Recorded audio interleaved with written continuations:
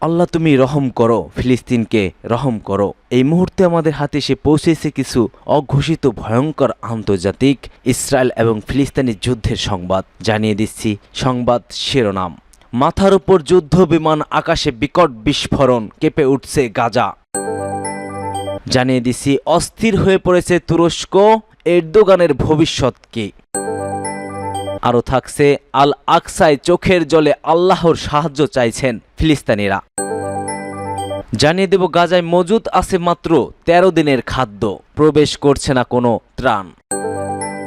এবং সর্বশেষ থাকছে মায়ানমারের মৃত্যু ১০,০০০ ছাড়াতে পারে বলছে ইউএসজিএস। এতক্ষণ শুনছিলেন সংবাদ শিরোনাম, এবার বিস্তারিত। তবে তার আগে আপনি যদি ফিলিস্তিনকে ভালোবেসে থাকেন অবশ্যই ভিডিওটিতে একটি লাইক করবেন। পরবর্তী আপডেট পেতে চ্যানেলটিকে সাবস্ক্রাইব করার অনুরোধ রইল।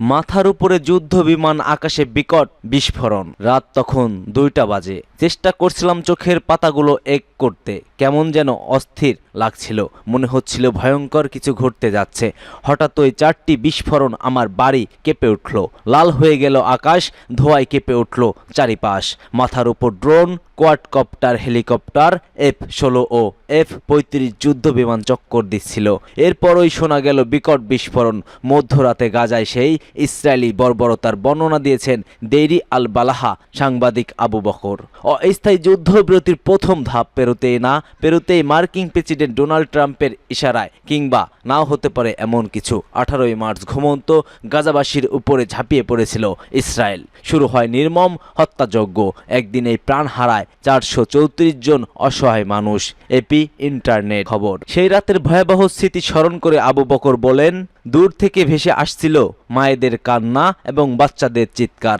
আমাকে সেই আওয়াজগুলো বেশ যন্ত্রণা দিচ্ছিল। আমি আমার হাঁটু আসর দিয়ে বসেছিলাম। আমার মা নিঃশ্বাস নিতে পারছিলেন না। ভেবেছিলাম এটাই হয়তো আমাদের শেষ রাত, শেষ দিন। দিন শেষে মধ্য গাজার আল নুসাইরাত ক্যাম্পের আল আউদা হাসপাতালে জ্যেষ্ঠ জরুরি চিকিৎসক ডক্টর আব্দুল কাদের ওয়েশা হাসপাতালের পরিস্থিতি বর্ণনা করেছেন। তিনি বলেন, আশেপাশের হামলার পর আমার পরিস্থিতি সামাল দেওয়ার চেষ্টা করেছি। আমরা আরও বেশি হতাহতদের জন্য পর্যাপ্ত সহ্য নেই। আহতদের চিকিৎসা করার ক্ষমতা আমাদের নেই। X-ray device, magnetic resonance, emergency এবং হাসপাতালে স্যালাইনের মতো সাধারণ জিনিস পাওয়া যায় না। আমরা আতঙ্কিত হয়ে পড়েছি। গাজার আল সিফা হাসপাতালের পরিচালক মোহাম্মদ আবু সালমিয়া বলছেন, প্রতি মিনিটে একজন আহত ব্যক্তি প্রয়োজনীয় সরঞ্জামের অভাবে মারা যায়। গাজার রিপোর্টে আবু বকর আরও বলেন, ইসরায়েল নতুন হামলার অন্তত ৬টি পরিবারকে নিশ্চিত করেছে। একটি আমার শহর, অন্যরা খান ইউনিস, রাফা এবং গাজা সিটির। কিছু পরিবার ৫ বা ১০ সদস্যর হারিয়েছে, অন্যরা প্রায় ২০ জন হারিয়েছে। এমন নানা দিকে নানা কান্না আর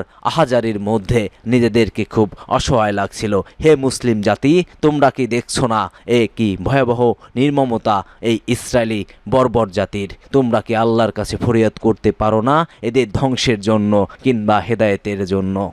অস্থির হয়ে পড়েছে তুরস্ক, এরদোয়ানের ভবিষ্যৎ কি? তুরস্কে আবারও রাজনৈতিক অস্থিরতা তৈরি হয়েছে। ইস্তাম্বুলের মেয়র এক্রেম ইমামোগ্লুকে গ্রেপ্তারের পর দেশজুড়ে ব্যাপক বিক্ষোভ শুরু হয়। প্রতিবাদকরা প্রেসিডেন্ট রিসেপ তাইপ এরদোয়ানের বিরুদ্ধে স্বৈরশাসনের অভিযান তুলেছেন। আন্তর্জাতিক মহলও এরদোয়ানের সরকারের কঠোর সমালোচনা করেছে। গত সপ্তাহে ইস্তাম্বুলের মেয়র এক্রেম ইমামোগ্লুকে গ্রেপ্তারের পর এই অস্থিরতা সৃষ্টি হয়েছে। তিনি দীর্ঘদিন ধরে এরদোয়ানের প্রধান রাজনৈতিক প্রতিপক্ষ হিসেবে পরিচিত। তার গ্রেপ্তারের পর হাজার হাজার মানুষ রাস্তায় নেমে আসে। প্রতিবাদীরা বলছে এরদোয়ান বিরোধীদের দমন করতেই এই ব্যবস্থা নিয়েছে। ইউরোপীয় ইউনিয়ন তুরস্কে গণতান্ত্রিক মূল্যবোধ বজায় রাখার আহ্বান জানিয়েছেন। জার্মান বলছে রাজনীতিক কোর্টরুমে চলছে জনগণের রায় চূড়ান্ত হওয়ার সম্ভাবনা। মানবাধিকার সংগঠনগুলোও এরদোয়ানের দমননীতির কঠোর সমালোচনা করেছেন। এরদোয়ান এ সময় তুরস্কের উন্নত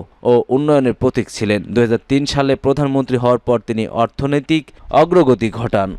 ইউরোপীয় ইউনিয়নের সঙ্গে তুরস্কের সম্পর্কের উন্নতি ঘটান। প্রধানমন্ত্রী থাকার সময় তুরস্কের অর্থনীতি ও অবকাঠামো উন্নয়ন হয়েছে। ইইউতে যোগদানের জন্য আইনি সংস্কার প্রক্রিয়া শুরু হয় এবং তুরস্কের মধ্যবিত্ত শ্রেণী দ্রুত বৃদ্ধি পেতে থাকে। কিন্তু সময়ের সঙ্গে তিনি বিরোধীদের উপর কঠোর হতে শুরু করেছেন, যার জের ধরেই এখন বিক্ষোভকারীরা নেমে এসেছে রাস্তায়, সাথে শিক্ষার্থীরাও।